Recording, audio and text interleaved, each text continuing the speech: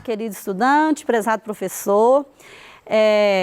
Eu sou Maria Dirce, popular Didi, professora de História, e hoje nós vamos trabalhar aqui, né, mais uma aula do 7º ano, né, com o tema A Chegada dos Europeus na América. Na aula anterior, né, a gente começou a ver, ou melhor, a gente viu, né, todos os antecedentes das grandes navegações, as causas que levaram as pessoas a estarem fazendo essas grandes navegações. E aí hoje nós vamos estar desenvolvendo o tema, né, aprofundando o tema para ver quem foi os países que foram, né, pioneiros nessas grandes navegações.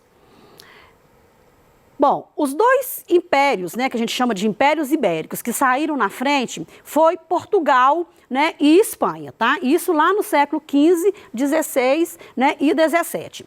E a gente vai apontar um pouquinho aqui hoje também, né, a questão de quais que foram as principais áreas, né, que esses países conseguiram chegar. Bom, o auge da centralização monárquica, nós vamos estar fazendo uma retomada aqui, porque isso está lá no PET de vocês, né, para ficar mais fácil de vocês estarem fazendo as atividades, né, propostas lá nesse PET. Bom, a partir do século XI, tá certo? Várias regiões da Europa iniciaram, então, o processo de formação dos chamados Estados Nacionais.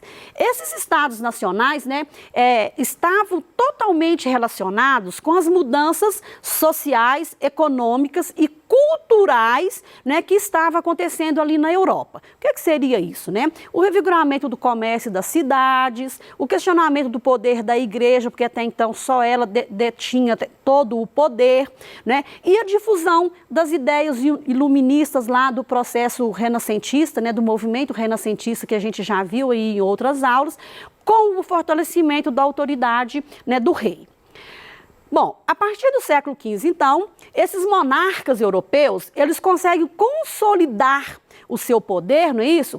E criou mecanismo que possibilitou, de fato, exercer, né, o seu poder sobre vastas regiões, que é o que a gente vai estar estudando aqui, né, nessa aula de hoje. Eles, então, criaram impostos às moedas, né, numa forma já de centralização política, porque lembrando, na época lá na Idade Média, nos feudos, o poder era totalmente descentralizado, com cada senhor feudal tendo, né, o seu poder ali dentro da sua propriedade. Eles então constituíram uma máquina administrativa, tá?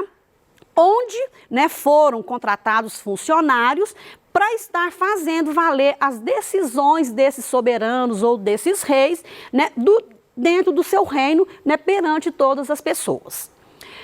Eles então formaram os exércitos permanentes, eles contrataram esses profissionais, né, que ficavam todos subordinados à autoridade do rei, porque a palavra final era desse monarca.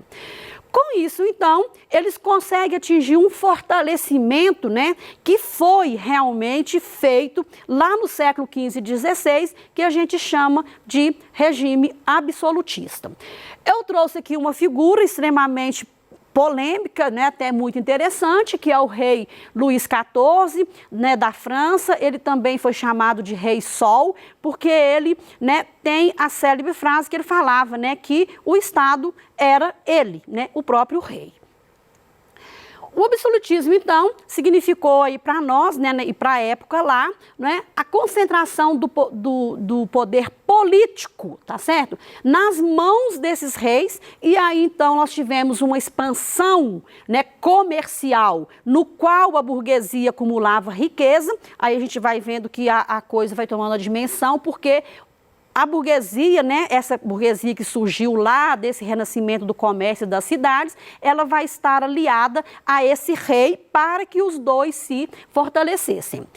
A reforma protestante também contribuiu para esse fortalecimento do rei, porque nesse momento a igreja lá, né, ela perdeu o poder com os dissidentes que fundaram outras religiões, aí ela acabou então com aquela unidade do cristianismo lá na Europa, né, e aí o poder do Papa então ficou enfraquecido. Por quê? Porque nos países que eram católicos, tá certo? A igreja foi colocada sob a autoridade dos reis, que antes isso não acontecia porque era o Papa que era a autoridade máxima.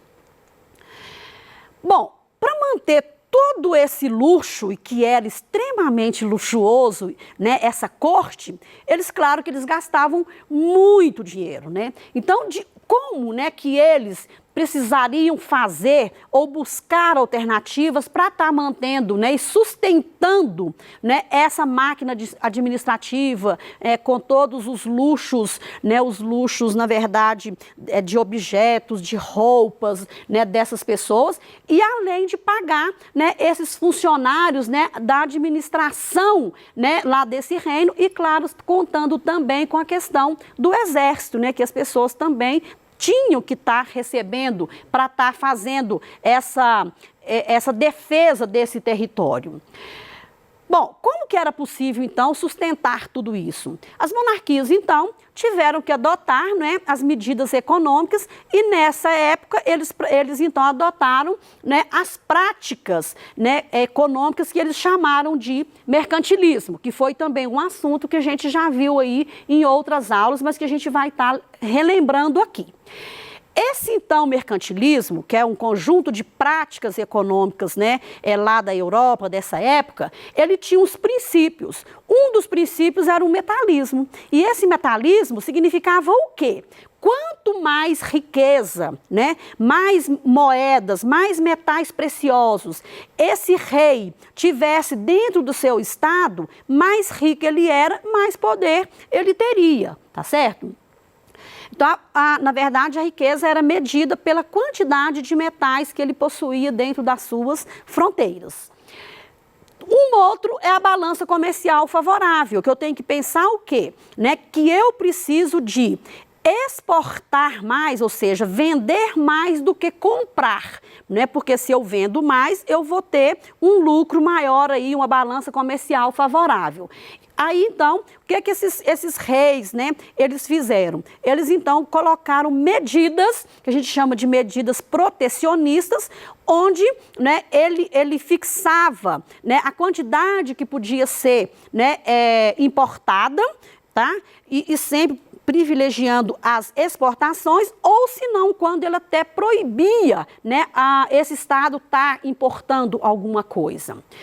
E uma outra também que foi o estímulo às manufaturas locais. O que seria isso? Seria o quê? Estimular, né, as pessoas que estão ali dentro daquele estado a produzir, né, em série, ou seja, produzir grande quantidade de uma mesma coisa, de um mesmo objeto, e normalmente esses objetos eram todos iguais, porque aí eles teriam que, né, condições de estar produzindo isso por um preço mais acessível e estar vendendo, né, para outros países por um preço que gerasse lucros, né, para esse estado. Na época aqui, o que foi muito comum foi o incentivo à produção de tecidos, de ferramentas para estar abastecendo o mercado interno, porque aí eles não precisariam de estar importando, tá? E também, claro, para exportar, ou seja, vender. Com isso, então, né, a coroa renderia muitas moedas, muito dinheiro para essa coroa. Aqui eu trouxe uma imagem, né, só para mostrar para vocês, né, mais ou menos o que é essa balança. Bom, sintetizando tudo isso que eu falei, né? O interesse por riquezas de produtos de alto valor no mercado europeu, como que eram as especiarias, né, e os metais preciosos, estimularam então esses governos, né, esses governantes a estar organizando expedições para explorar o desconhecido, né, e tentar conquistar colônias na América, na África e na Ásia. Bom, como que foi então essas navegações, né, entre os séculos 14 e 15? A partir do século 15, navegadores então financiados pela coroa portuguesa, tá? Né? Passaram a expansão de rotas cada vez mais ao sul da África por meio de uma navegação que eles chamaram de capotagem, tá? E depois da navegação em mar aberto. O que seria essa navegação de cabotagem? Seria aquela navegação que eles só iam nas costas, mas eles não atingiam o mar, o alto mar, né? Que isso daí só vai ser conseguido quando eles vão realmente partir para as grandes navegações. As expedições, então, organizadas pelos reis da Espanha também se juntaram a esses caminhos marítimos, né? Para estar também indo em busca dessas especiarias nas Índias. Portugal, já no século XV, possuía um Estado centralizado. Ele já não possuía mais guerras, ele já tinha conseguido fazer a expulsão lá dos muçulmanos das suas terras, na Guerra de Reconquista, e aí então ele já tinha um Estado totalmente centralizado e eles conseguiam então, né, financiar essas viagens, e sem contar que a burguesia lá também já estava enriquecida e ela também favoreceu aqui, né, financiando essas viagens.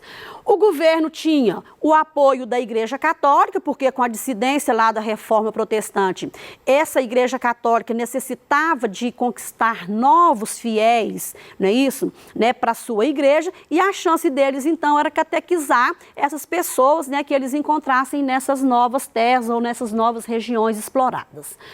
Portugal, então, né, foi os primeiros a lançar-se ao Oceano Atlântico com o objetivo de criar novas rotas comerciais marítimas. Tinha o interesse em encontrar novas fontes fornecedoras, tanto de matérias-primas para eles, né, como também mercados, né, consumidores dos produtos que eles já possuíam. Ele dispunha de uma posição geográfica extremamente privilegiada, porque era todo banhado, né, aqui na sua costa, né, pelo Oceano Atlântico. O mapa aqui mostra bem legalzinho isso daqui. Tinham muitos conhecimentos marítimos, porque eles já tinham a escola de Sagres, onde eles tinham desenvolvido um monte de arte, de instrumentos, como o astrolábio, o quadrante, mapas e balestilha e tudo mais. E com isso, então, eles já tinham uma experiência enorme aqui na questão da pesca, né, ao longo aqui dessa costa portuguesa no Atlântico Norte. Lembrando aqui, né, continuando aqui com nossas etapas, gente, no século XIV, né, o comércio marítimo ganha um grande impulso, né, com a Revolução de Avis, porque o Dom João, né, que ficou conhecido como mestre de Avis aqui, que foi proclamado depois rei de Portugal, ele era um entusiasta, né, dessas descobertas, e ele então resolve expandir realmente as suas fronteiras. Ele alia então aqui, né, a burguesia aqui e vai tentar conquistar novos territórios para estar fazendo o seu comércio e consolidar de fato o seu reinado. Em 1415, né, Portugal então parte para a conquista de Ceuta, que é uma cidade lá no norte da África, que estava sob o domínio muçulmano. A tomada dessa cidade, eles conseguem estar fazendo isso, expressava do ponto de vista, né, religioso, o espírito cruzadista. O que é esse espírito cruzadista? É aquela busca, né, de conquista de territórios, porque ali eu tenho novos fiéis para eu estar trazendo para a Igreja Católica. Quando a gente coloca ponto de vista cruzadista, eu estou voltando lá na Idade Média, quando a gente aconteceu aqueles movimentos da cruzada, tá? A cidade, né, de Ceuta, ela era um importante entreposto comercial, porque ela recebia mercadorias que vinham da África, da Índia e da Pérsia. Eu trouxe aqui um mapa, né, para a gente estar olhando junto aqui, mas você em casa aí dê uma olhada melhor, que aqui em laranja a gente tem os territórios muçulmanos, né, e vermelho a rota do ouro, verde a rota das especiarias e o azul a rota utilizada pelos mercadores venezianos e genoveses, que eram os italianos, tá? Você analisa direito aí, se tiver alguma dúvida, quando a gente estiver aí tirando dúvida de vocês, a gente responde, né, com mais clareza.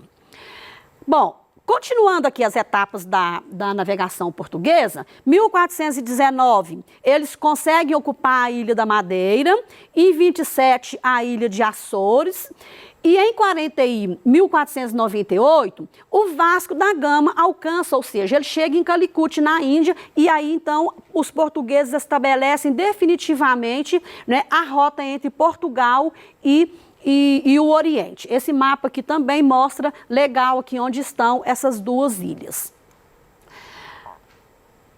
Numa expedição comandada por Pedro Álvares Cabral, até que enfim nós vamos, né, tá chegando no Brasil, né, ele estava com um destino para as Índias, mas a frota então, né, quando ela atinge lá o noroeste da África, ele desvia, né, e ancora no atual estado aqui da Bahia, né, onde hoje é Porto Seguro, tá certo? Em 1500. Essas terras, então, foram chamadas de Ilha de Vera Cruz e, mais tarde, Terra de Santa Cruz. Após, então, aqui, aí eu vou passar um pouquinho aqui para as navegações espanholas, que eu vou falar mais rapidamente, porque nós vamos ter aulas subsequentes a isso, tá? Quando, então, né, os espanhóis centralizam o poder, eles também se lançam, né, a essas grandes navegações, essas etapas, e aí, em 1492, a coroa decide financiar realmente uma expedição. Ela foi comandada, então, por Cristóvão Colombo rumo ao Oriente. Em 492, ele chega na ilha lá no Caribe, tá? Que ele batiza de San Salvador, que provavelmente é a atual Bahamas hoje. Ele alcança Cuba, né, e São Domingo, lá no Haiti, República Dominicana, só que ele pensa estar chegando nas Índias, gente, ok? E aí ele chama, então, por isso que a gente fala, né, que a população da América, ela primeiramente foi chamada de índios, porque ele achava que estava chegando lá. Colombo fez mais 3 últimas viagens, achando que estava chegando nas Índias, mas não era, tá? Ele morre em 1506, acreditando nisso e pobre, tá?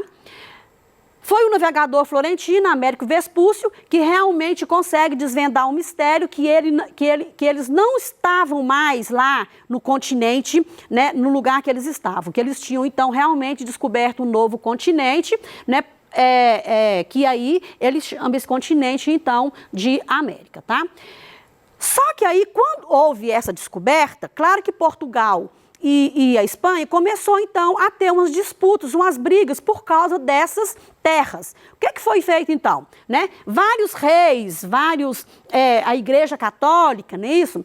Tentou negociar, mas de certa forma não teve jeito de haver uma negociação, né, entre os dois. Então foi feito vários tratados, mas o mais importante deles é o Tratado de Tordesilhas, que foi feito em 1494, que dividia essas terras descobertas entre esses dois países, tá? Aí ficou assim,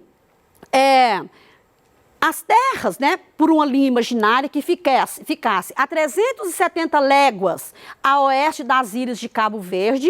Aí, então, aqui eu trouxe um mapa que vem as terras descobertas ou por descobrir, né, situadas a oeste dessa linha imaginária, que ficavam com a Espanha, e as localizadas a leste ficariam com Portugal. Isso, então, justifica o porquê que nós, brasileiros, o Brasil foi colonizado por Portugal. A linha está aqui, esse lado é Espanha, esse lado é Portugal, onde a gente está. Bom, tem um filme, né, que eu quero comentar com vocês. Eu já vi esse filme, assim, não sei quantas e quantas vezes na minha vida, e cada dia que eu vejo eu acho ele mais interessante. E você, aluno de 7º ano, você consegue ver o filme, na Netflix tem, ou você pode baixar na internet. Esse filme chama 1492, né, A Conquista do Paraíso.